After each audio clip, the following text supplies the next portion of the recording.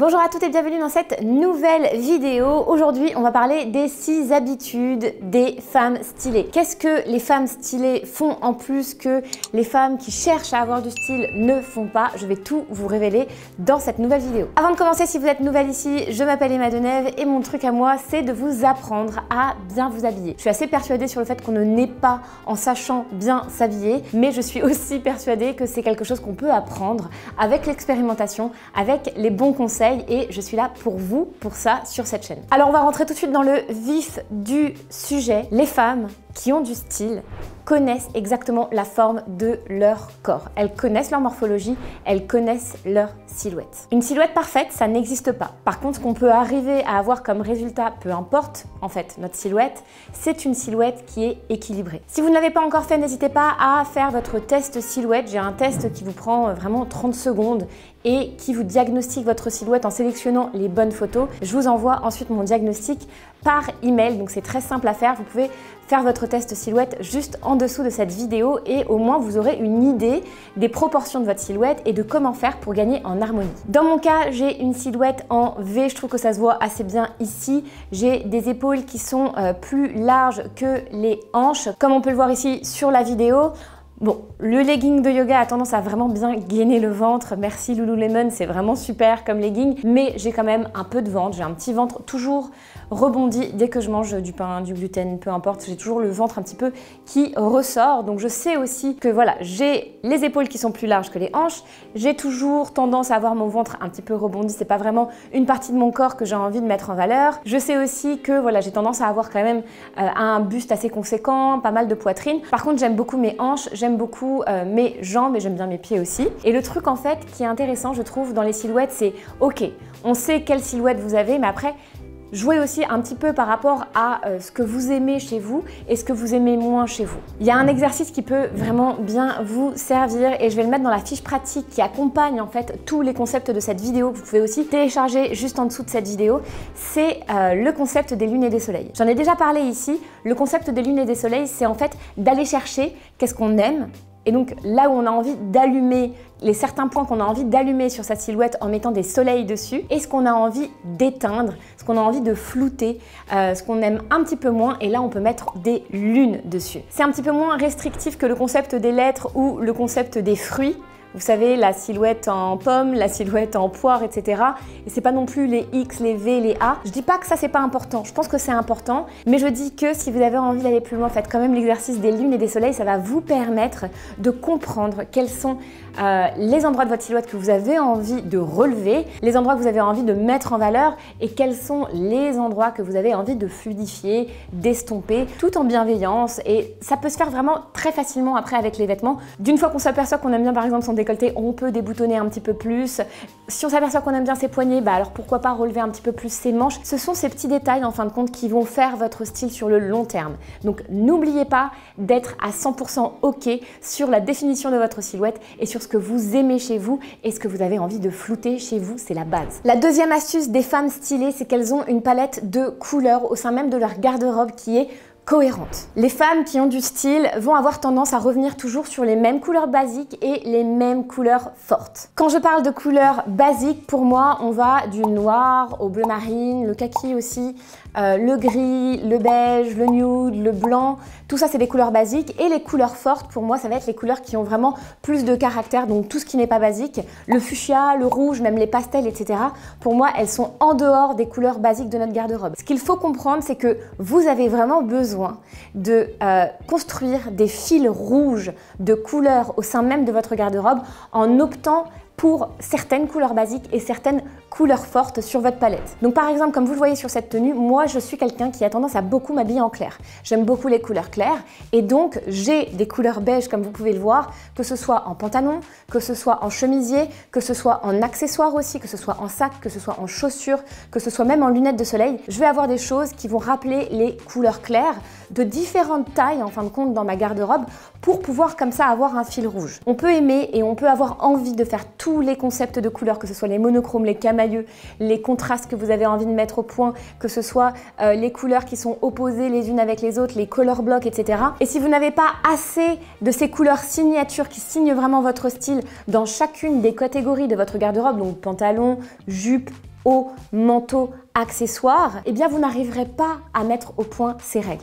Donc regardez ce que vous avez en face de vous et soyez sûr que vous avez ces fameux fils rouges conducteurs de couleur au sein même de votre garde-robe. La troisième habitude des femmes qui ont du style, c'est qu'elles ont mis le doigt sur leur juste baromètre style. Ici, j'ai beaucoup parlé du baromètre style, c'est vraiment mon concept personnel pour vous expliquer les contrastes des genres en style. Donc le baromètre, il s'étend du féminin au masculin. Le féminin étant vraiment la douceur, pensez genre la reine d'Angleterre, première dame, très classique. Et le masculin, c'est vraiment tout ce qui va être plus pimenté, plus fort, avec des touches de caractère. Pensez plutôt à Inès de la Frésange, qui a un style qui est quand même bien décalé, bien masculin, mais aussi des styles qui vont être très forts, comme celui de Pink par exemple, qui va avoir une allure avec beaucoup de décolleté, donc un côté aussi sexy. Donc d'un côté on a la douceur et de l'autre côté on a le côté sexy. D'un côté on a le féminin, donc le classique, et de l'autre côté on a le masculin, on a le côté pimenté, on a le côté caractériel, un petit peu typique aussi de la parisienne. Selon moi, vous devez situer en fait votre curseur selon là où vous pensez que votre baromètre style atterrit. Donc peut-être que vous êtes plus du côté féminin, ou peut-être que vous êtes plus du côté masculin, ou peut-être que vous êtes exactement au milieu. Personnellement, j'ai l'impression que je suis assez au milieu. J'aime beaucoup jouer sur les contrastes féminin-masculin. Et si vous regardez cette tenue, c'est par exemple une tenue que je ne porterai absolument jamais. Peut-être une fille à l'allure plus classique, une fille qui a un baromètre beaucoup plus féminin, va aimer ce genre de tenue. Mais moi, là, ici, d'avoir un gros col romantique, une jupe un petit peu patineuse avec des imprimés et des mocassins très classiques, Tod's rose poudré aux pieds, c'est pas du tout mon style, absolument pas mon style. Et je vais vous montrer exactement comment je corrige et comment je contourne cette tenue, comment je remplace pour quand même pouvoir porter cette jupe que j'aime beaucoup, même si je la porte pas énormément, c'est quand même une jupe que j'aime, c'est ma maman qui me l'a offerte. Et donc du coup, j'arrive quand même à la porter même si elle a un côté très fille, avec des accessoires et avec des vêtements bien choisis qui vont remettre mon curseur comme ça vers le masculin et donc me rapprocher de là où je suis exactement dans le baromètre. Donc si vous regardez ici, j'ai troqué le chemisier avec un gros col pour un chemisier beaucoup plus masculin, très minimaliste. Je suis venue retrousser vraiment les manches et ouvrir le col pour avoir un petit décolleté. Et surtout, j'ai troqué les Tod's très classiques pour une paire un petit peu plus masculine, une paire de sneakers, donc des baskets toutes simples de la marque En Garde que j'aime beaucoup. Je vous mettrai aussi les liens de ce que je peux trouver ou des dupes de ma tenue dans la description. Je sais que vous êtes assez friande de liens, donc je m'arrange toujours pour vous en mettre. En tout cas, ici, là, on est exactement dans mon baromètre style, ce qui veut dire que, et c'est intéressant, même si la pièce que ma maman m'a offerte, à la base, je la trouve extrêmement féminine et c'est pas trop mon style, j'arrive quand même à trouver des solutions pour la porter.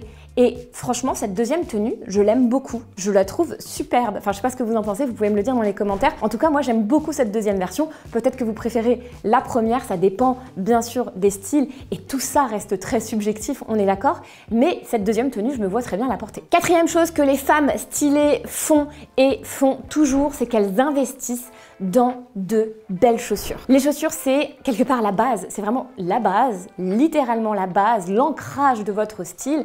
Et c'est extrêmement important de bien choisir ses chaussures. Je vous ai fait une vidéo spéciale que vous avez adorée, merci beaucoup pour vos retours, sur les chaussures Joker et ma vision de comment composer l'armoire à chaussures idéale. Donc n'hésitez pas à aller voir la vidéo si vous aussi vous avez du mal en fait à trouver les chaussures qui aillent avec votre style. En tout cas, il est hyper important d'avoir toujours des chaussures de belle qualité. Alors, je ne dis pas qu'il ne faut pas aller dans les grandes enseignes, je ne dis pas qu'il faut aller que chez Vuitton pour acheter des chaussures, loin de là, mais je dis juste qu'il faut quand même miser sur des bonnes matières, il faut quand même miser sur des formes qui vont avoir une certaine allure, il faut quand même avoir de beaux détails aussi. Et bien sûr, le confort est super important parce que si vous n'êtes pas confortable, vous n'allez pas porter la paire de chaussures et même si elle est super belle et qu'elle a beaucoup d'allure, bah en fait elle va rester dans votre garde-robe. Je sais parce que je suis la première à acheter des chaussures qui me font envie et en fin de compte à ne pas les porter.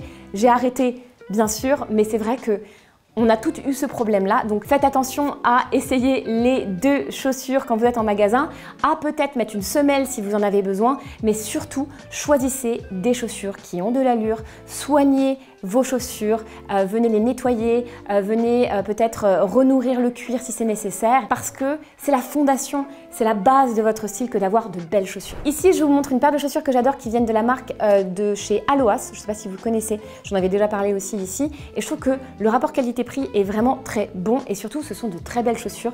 Déjà, le design est superbe et en plus, elles sont faites de manière éco-responsable. On fait des précommandes, etc. Donc, c'est une très belle marque à aller voir. La cinquième chose que les femmes stylées font, c'est qu'elles soignent leurs accessoires. Une femme qui a du style, elle sait qu'elle peut aller dans les grandes enseignes et dénicher quelques très belles pièces à bas prix, mais elle sait aussi que pour les accessoires, méfiance. Méfiance parce que ce sont les détails de votre style, les accessoires, mais bizarrement, c'est ce qu'on va voir en premier. Tout ce qui est accessoires, que ce soit les ceintures, que ce soit vos bijoux, que ce soit votre sac, comme c'est un petit peu en périphérie de votre corps, et souvent comme on a de la métallisation, ça accroche tout de suite le regard. Et moi, ça me gêne quand je vois une femme qui est très bien habillée, mais qui a délaissé vraiment la partie des accessoires. Soit parce qu'elle n'en porte pas, soit parce que les accessoires qu'elle porte, ça se voit que c'est du cheap. Donc s'il vous plaît, n'achetez pas de bijoux dans les grandes enseignes, ou alors si vous le faites, faites extrêmement attention à la qualité du bijou que vous achetez. On peut trouver parfois des perles rares, c'est complètement possible que ce soit dans les grandes enseignes, dans des magasins vintage, Opus, ou alors dans des marques un peu créateurs, comme on peut trouver à Paris et en province. Donc n'hésitez pas à aller un petit peu fouiller, mais misez toujours sur la beauté du détail. La beauté du détail, c'est de regarder par exemple dans un bijou si la dorure tient. C'est la base quand même. Si ça tient pas, on n'achète pas. Vous savez, les petites dormeuses là qui se tordent, etc., qui pendent sur vos oreilles, ça pour moi c'est extrêmement cheap, donc vous laissez tomber. Il vaut mieux un clou, c'est quand même beaucoup plus qualitatif. Et après, ça s'applique vraiment à tous les accessoires, que ce soit vos sacs, regardez les anses, regardez la métallisation des sacs, regardez les boucles, regardez à l'intérieur du sac la qualité. Les accessoires sont le détail de votre style et c'est les détails qui font le style d'une femme. J'en suis absolument persuadée après 10 ans dans ce métier, donc ne les négligez pas. Alors je sais qu'il y a énormément de détails dans cette vidéo, donc surtout si vous avez besoin d'aller plus loin et si vous avez besoin d'un mémo, n'oubliez pas de télécharger ma fiche pratique. J'essaye de toujours faire des fiches pratiques et quand j'en fais pas, je sais que je me fais reprendre par vous parce que certaines d'entre vous les collectionnent. Donc n'hésitez pas à regarder juste en dessous de la vidéo, vous allez retrouver le lien pour télécharger votre fiche pratique, vous me laissez votre email et je vous l'envoie directement. Vous pouvez l'imprimer, vous pouvez la mettre dans un dossier dans votre ordinateur, comme ça, si vous repensez à une chose que j'ai dite, vous n'avez pas besoin de chercher sur YouTube la vidéo, vous pouvez directement aller dans la fiche pratique. Et donc on passe tout de suite à la dernière astuce, la dernière chose que les femmes qui ont du style font, et ça c'est vraiment l'un des plus gros secrets style, donc attention, c'est qu'en fait elles maîtrisent la géométrie des lignes qui se pose sur la silhouette. J'en ai déjà parlé ici, mais c'est un concept un petit peu complexe, donc je vais vous l'illustrer tout simplement. Si vous regardez cette robe, c'est une robe voilà, qui est un petit peu volumineuse, léopard, on aime, on n'aime pas, c'est dans mon style. D'ailleurs, c'est un très bon, je trouve, un très bon mélange en une pièce du baromètre style, parce qu'on a une forme qui est hyper féminine, mais en même temps, on a le léopard qui est un peu piquant, donc un peu masculin. Donc, c'est une robe qui va exactement dans mon baromètre style, pile poil au milieu. Regardez quand je la porte avec des bottines basses. En fait, comme la robe n'est pas vraiment longue et elle arrive en dessous du mollet et que la bottine reprend juste en dessous, on voit un petit peu de peau. Et ça forme une ligne horizontale.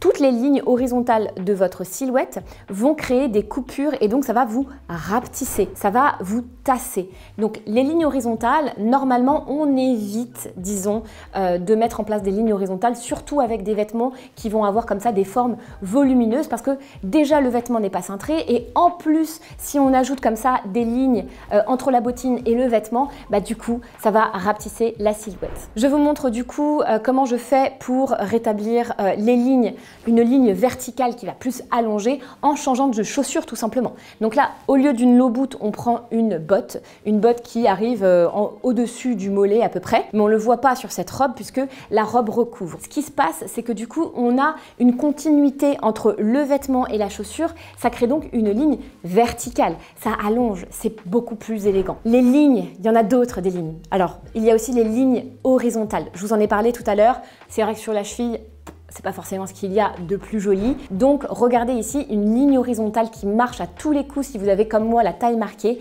c'est de venir ceinturer un vêtement qui est trop ample. Donc regardez ici comme la ceinture va créer une ligne horizontale qui arrive juste au niveau de la taille, donc au niveau vraiment de la partie la plus fine de mon corps et qui va rééquilibrer ma silhouette qui est un peu en V.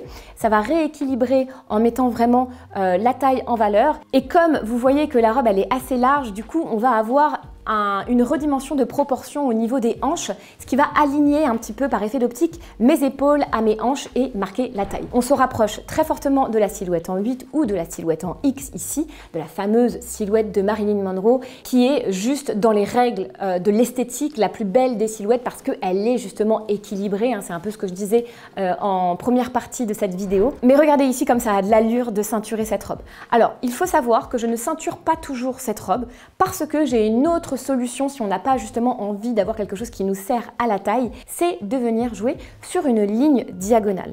La ligne diagonale, elle féminise aussi, elle va venir un peu couper comme ça la silhouette en deux et elle a beaucoup d'allure. Et ma meilleure façon de créer une ligne diagonale, c'est de porter un sac en bandoulière. Alors pas un sac trop long, pas un sac qui va dégouliner sur les hanches et qui va pas être très joli avec cette robe, un sac un petit peu plus court qui va arriver justement à peu près en dessous de la taille et qui du coup va marquer la taille par effet d'optique et on va voir cette ligne comme ça diagonale qui va faire comme une espèce de coupure et qui va féminiser en fait la silhouette, la moderniser aussi.